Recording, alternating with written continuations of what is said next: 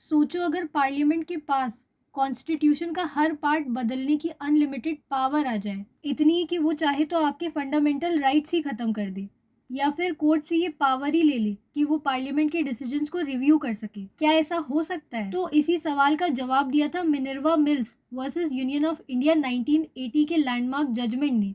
ये केस सिर्फ एक टेक्सटाइल कंपनी का डिस्प्यूट नहीं था, बल्कि इसने दोबारा कंफर्म किया कि पार्लियामेंट पावरफुल जरूर है, लेकिन कॉन्स्टिट्यूशन से ऊपर नहीं है। इस जजमेंट ने बेसिक स्ट्रक्चर डॉक्ट्राइन को और भी मजबूत किया और ये बताया कि फंडामेंटल राइट्स और डायरेक्टिव प्रिंसिपल्स दोनों कॉन्स्टिट्यूशन के इक्वली इंपॉर्टेंट पार्ट्स हैं। लेकिन इस जजमेंट को समझने के लिए पहले हमें इसका बैकग्राउंड समझना होगा। इस केस की कहानी शुरू होती है 1973 से। 1973 में सुप्रीम कोर्ट ने अपना एक हिस्टोरिक जजमेंट दिया था, जिसे हम केशवानंदा भारती केस के नाम से जानते हैं। ये केस 13 जज कॉन्स्टिट्यूशन बेंच ने सुना था, जो आज तक की सुप्रीम कोर्ट की सबसे बड़ी बेंच है। बेंच ने 7:6 की मेजोरिटी से ये कहा था कि पार्लियामेंट आर्टिकल 368 के अंडर कॉन्स्टिट्यूशन अमेंड तो कर सकती है, लेकिन कॉन्स्टिट्यूशन के बेसिक स्ट्रक्चर को डिस्ट्रॉय या ऑल्टर नहीं कर सकती। यानी पार्लियामेंट की अमेंडमेंट पावर लिमिटेड है। ये डिसीजन उस समय की सरकार को पसंद नहीं आया और फिर 1975 में इमरजेंसी लग गई, और इमरजेंसी के दौरान पार्लियामेंट ने कई कॉन्स्टिट्यूशनल अमेंडमेंट्स पास किए, जिनमें से सबसे इंपॉर्टेंट था 42nd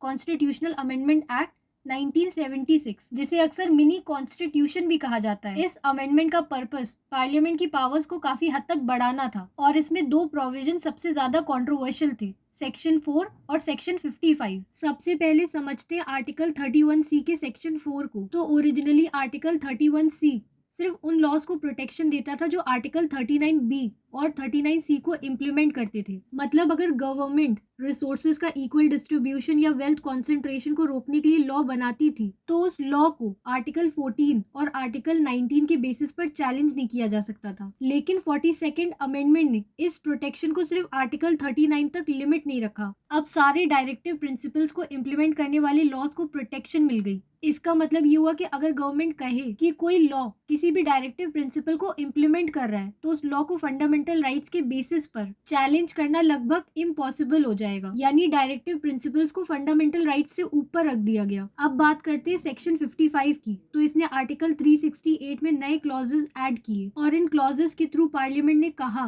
पार्लियामेंट की अमेंडमेंट पावर पर कोई लिमिट नहीं होगी, कॉन्स्टिट्यूशन अमेंडमेंट को किसी कोर्ट में चैलेंज नहीं किया जा सकता, और सुप्रीम कोर्ट या हाई कोर्ट्स उस अमेंडमेंट का जुडिशियल रिव्यू नहीं कर सकेंगी। और अगर ये प्रोविजंस वैलिड मान लिए जाते, तो पार्लियामेंट थियोरेटिकली कॉन्स्टिट्यूशन का कोई भी पार्ट बदल सकती थी। इवन डेमोक्रेसी, इलेक्शंस, फेडरलिज्म, ये जुडिशियल रिव्यू भी।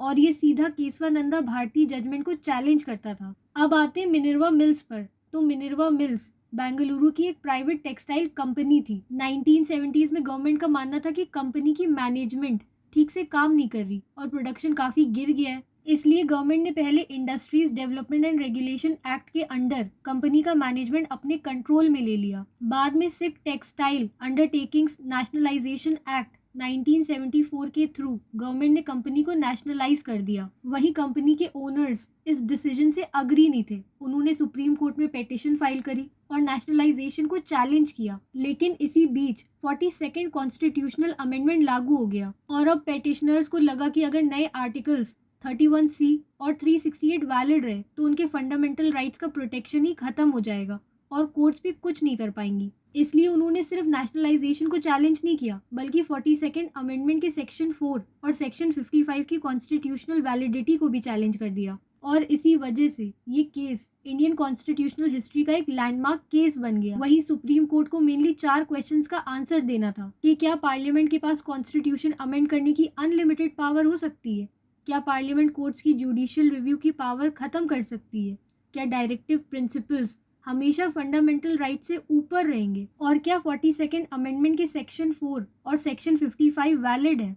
अब बात करते हैं बेंच की। तो ये केस 1980 में सुप्रीम कोर्ट की 5 जज कॉन्स्टिट्यूशन बेंच ने डिसाइड किया। बेंच में थे chief justice YV Chandrachud, justice AC Gupta, justice NL Untwalia, justice PS Kailasam and justice PN Bhagwati. और ये जजमेंट 4:1 मेजॉरिटी से दिया गया। जस्टिस भागवती फाइनल रिजल्ट से अग्री थे, लेकिन उन्होंने अपनी सेपरेट ओपिनियन भी लिखी। गवर्नमेंट का कहना था पार्लियामेंट लोगों की इलेक्टेड रिप्रेजेंटेटिव है, इसलिए पार्लियामेंट को कॉन्स्टिट्यूशन अमेंड करने की अनलिमिटेड पावर होनी चाहिए। साथ में गवर्नमेंट ने ये भी कहा कि डायरेक्टिव प्रिंसिपल्स सोशल और इकोनॉमिक जस्टिस लाने के लिए बहुत ज़रूरी है, और अगर फंडामेंटल राइट्स वेलफेयर लॉज के रास्ते में आते हैं तो पार्लियामेंट उन्हें मॉडिफाई कर सकती है। वहीं पेटिशनर्स ने कहा पार्लियामेंट कॉन्स्टिट्यूशन से बनी है, कॉन्स्टिट्यूशन पार्लियामेंट से नहीं, इसलिए पार्लियामेंट कॉन्स्टिट्यूशन से ऊपर नहीं हो सकती। उन्होंने कहा कि अगर अमेंडमेंट पावर अनलिमिटेड हो गई तो कॉन्स्टिट्यूशन की सुप्रीमेसी ही खत्म हो जाएगी, और अगर जुडिशियल रिव्यू ही खत्म हो गया तो सिटीजन्स के राइट्स को प्रोटेक्ट करने वाला कोई इंस्टीट्यूशन नहीं बचेगा। इसलिए सुप्रीम कोर्ट ने सेक्शन 4 और सेक्शन 55 दोनों को अनकॉन्स्टिट्यूशनल डिक्लेयर कर दिया, और कोर्ट ने दोबारा कंफर्म किया कि केशवानंदा भारती का बेसिक स्ट्रक्चर डॉक्ट्राइन बिल्कुल सही है। कोर्ट ने कहा आर्टिकल 368 पार्लियामेंट को कॉन्स्टिट्यूशन अमेंड करने की पावर देता है, लेकिन ये पावर अनलिमिटेड नहीं है। पार्लियामेंट कॉन्स्टिट्यूशन को अमेंड कर सकती है, लेकिन उसकी बेसिक आइडेंटिटी को डिस्ट्रॉय नहीं कर सकती। अगर अनलिमिटेड पावर दे दी जाए तो पार्लियामेंट डेमोक्रेसी, इलेक्शंस या कॉन्स्टिट्यूशन को ही खत्म कर सकती है। इसलिए लिमिटेड अमेंडिंग पावर खुद बेसिक स्ट्रक्चर का पार्ट है। देन कोर्ट ने कहा जुडिशियल रिव्यू वो मैकेनिज्म है जिससे कोर्ट्स इंश्योर करते हैं कि पार्लियामेंट और गवर्नमेंट कॉन्स्टिट्यूशन के अंदर रहकर काम करे, और अगर जुडिशियल रिव्यू ही खत्म कर दिया गया तो कॉन्स्टिट्यूशन को प्रोटेक्ट कौन करेगा। इसलिए कोर्ट ने कहा कि जुडिशियल रिव्यू भी बेसिक स्ट्रक्चर का एसेंशियल फीचर है और पार्लियामेंट इसे रिमूव नहीं कर सकती, और इसी वजह से सेक्शन 55 को स्ट्राइक डाउन कर दिया गया। नाउ ये जजमेंट की सबसे फेमस ऑब्जर्वेशन थी कि कोर्ट ने कहा कि फंडामेंटल राइट्स और डायरेक्टिव प्रिंसिपल्स एक दूसरे के ऑपोजिट नहीं है, और ये दोनों मिलकर कॉन्स्टिट्यूशन के ऑब्जेक्टिव्स को अचीव करते हैं। फंडामेंटल राइट्स इंडिविजुअल फ्रीडम को प्रोटेक्ट करते हैं, जबकि डायरेक्टिव प्रिंसिपल्स सोशल और इकोनॉमिक जस्टिस को प्रमोट करते हैं।